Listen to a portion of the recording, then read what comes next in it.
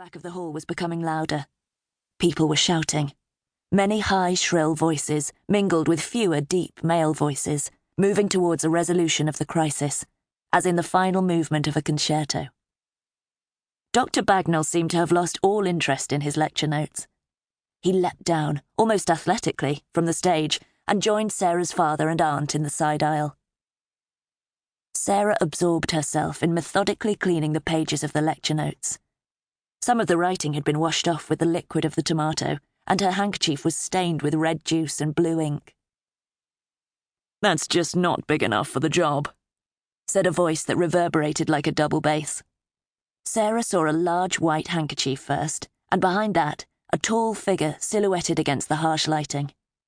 When he squatted next to her, she saw that he had curly blonde hair and a broad, lightly tanned face. "Such a shame about your handkerchief," he said.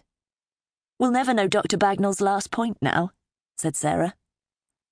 "I think we can predict it, don't you?" the man said.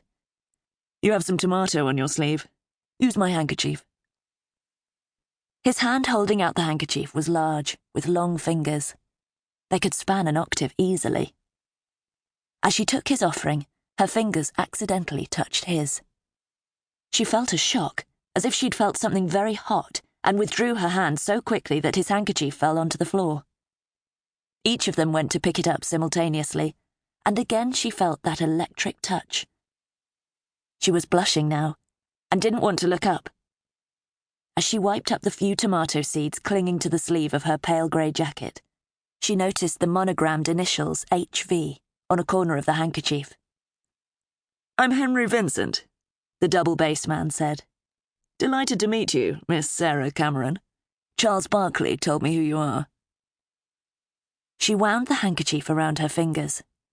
Sarah, the 18-year-old younger daughter of widower James Cameron. That was how Charles might have described her.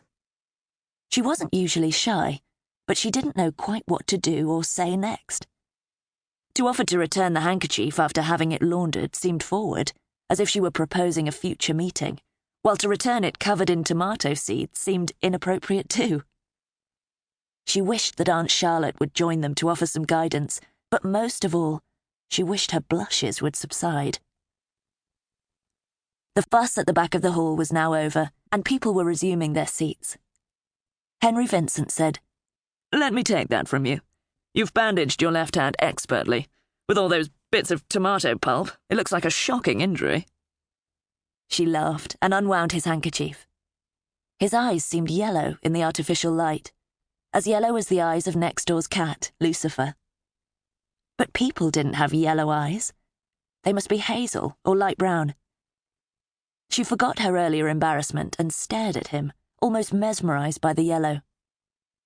He stared back, unblinking. "Your eyes are a light brown," she said at last, as if making a scientific observation, when what she was really expressing was a startling new discovery. That golden blonde hair and light brown eyes were the acme of male beauty. "And yours are blue," he said. She recognized this as a declaration of sorts, and not a statement of the obvious.